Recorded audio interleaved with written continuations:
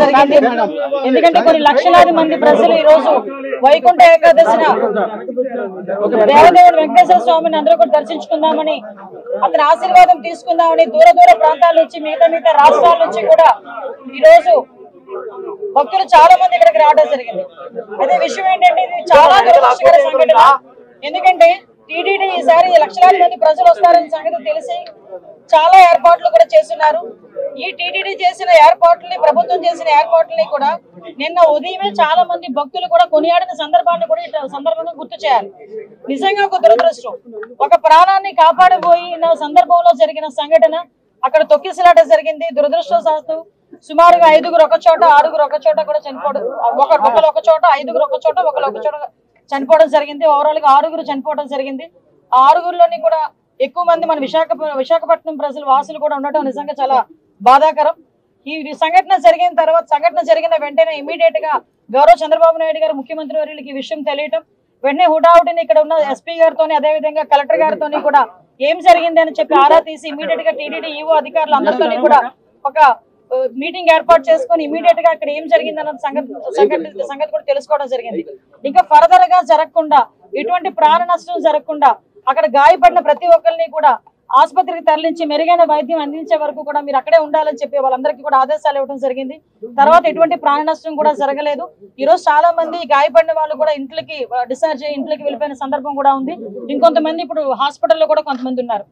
చనిపోయిన వాళ్ళందరికీ కూడా ప్రాణాన్ని తిరిగి తీసుకురాలేం, కానీ కంపల్సరీగా కుటుంబానికి ఆదుకోవాలని చెప్పి ఇతర రాష్ట్ర ప్రజలకి కూడా ఈ రోజు కాంపెన్సేషన్ అనేది అనౌన్స్ చేయడం జరిగింది. ఎందుకంటే ఎవరైనా భక్తులందరూ కూడా ఇక్కడికి రావడం జరిగింది కాబట్టి ఇక్కడ గవర్నమెంట్ ఈ రోజు బాధ్యత తీసుకుని వాళ్ళందరికీ కూడా కాంపెన్సేషన్ ఇవ్వడమే కాదు, వాళ్ళని ఎంత గౌరవంగా ఇక్కడ నుంచి మళ్ళా ఆ ప్రాంతాలకి పంపించి ఆ దహన సంస్కారాలు జరిగే కార్యక్రమం వరకు కూడా చూసుకోమని ఈ రోజు గవర్నమెంట్ కూడా ఆదేశాలు ఇవ్వడం జరిగింది.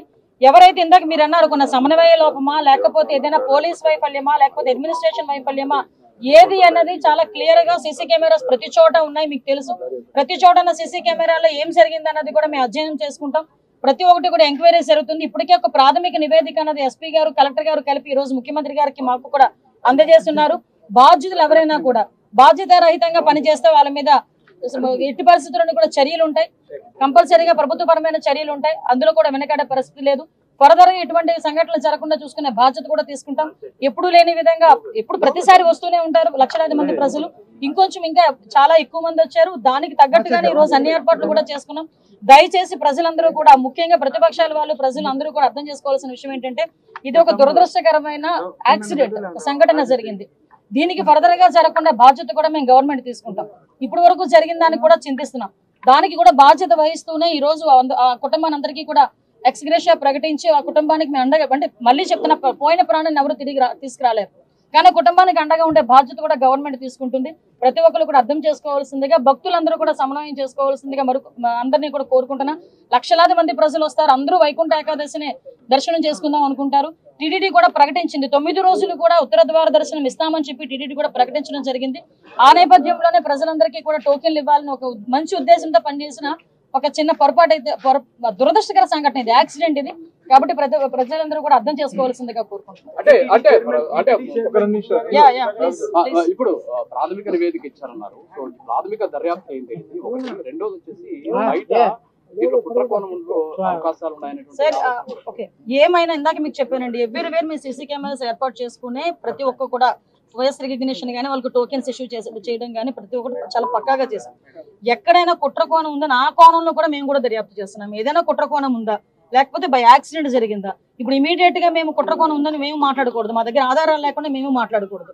కాబట్టి ఒక ప్రాథమిక నివేదిక వచ్చింది, దీని మీద పూర్తి స్థాయిలో దర్యాప్తు జరపమని గౌరవ ముఖ్యమంత్రి గారు కూడా ఆదేశాలు ఇవ్వడం జరిగింది. దీని మీద మనం అబ్జర్వ్ చేసుకుంటే తిరుపతి అంశం అనేసరికి చాలా సెన్సిటివ్ అంశం కాబట్టి దేశంలో ఉన్న ప్రధానమంత్రి నుంచి ప్రతి ఒక్కరు కూడా ఈ రోజు మిగతా రాష్ట్ర ముఖ్యమంత్రులు కూడా స్పందించారు. కాబట్టి చాలా సెన్సిటివ్ ఇష్యూ కాబట్టి ఏది పడితే అది మాట్లాడకూడదు. మా చేతులకి పూర్తి నివేదిక వచ్చిన తర్వాత డెఫినెట్ గా బాధ్యులు ఎవరైతే ఉన్నారో వాళ్ళందరి మీద చర్యలు తీసుకుని పడితే అందులో వెనుకడే ప్రసక్తి లేదు. భక్తులు శ్రేయస్సు ముఖ్యంగా మేము పనిచేస్తున్నాం. చైర్మన్ గారు ముందుగానే తమకు ఫీడ్బ్యాక్ ఉందని చెప్పేసి అధికారులకు తెలియజేయడం జరిగిందని చెప్పేసి ప్రెస్ మీట్ లో చెప్పారు. మరి టీటీడీ చైర్మన్ గారు చెప్పిన తర్వాత కూడా అధికారులలో లేదండి, మీరు అన్నది నిజంగా టీటీడీ చైర్మన్ గారు ముందు నివేదిక ఇచ్చింది. మా అధికారులు కనుక అడ్మినిస్ట్రేషన్ విషయంలో ఎక్కడైనా లోపాలు జరుగున్నాయో ఇప్పుడు మాకు ఎలాగో మన సీఎం గారు వస్తున్నారు, ఇప్పుడు సీఎం గారు వచ్చేసరికి మాకు క్లియర్ నివేదిక ఉంటూ ఉంటుంది. నిజంగా అలాంటి పరిస్థితులు ఏమైనా ఉన్నాయి, ఎవరైనా ఏ స్థాయిలో వ్యక్తి అయినా కూడా అతని మీద చర్యలు తీసుకోవడానికి ఎక్కడ కూడా వెనుకాడం.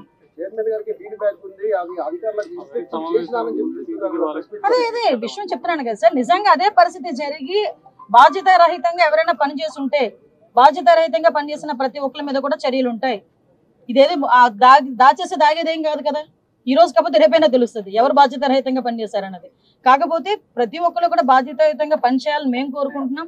ఎందుకంటే లక్షలాది మంది భక్తులు వచ్చే పుణ్యక్షేత్రం ఇది. దయచేసి అటువంటి బాధ్యతారహితంగా పనిచేసిన ఏ స్థాయి వ్యక్తిని కూడా, అది కింద స్థాయి వ్యక్తి, పై స్థాయి వ్యక్తి, ఏ స్థాయి వ్యక్తిని కూడా వదిలి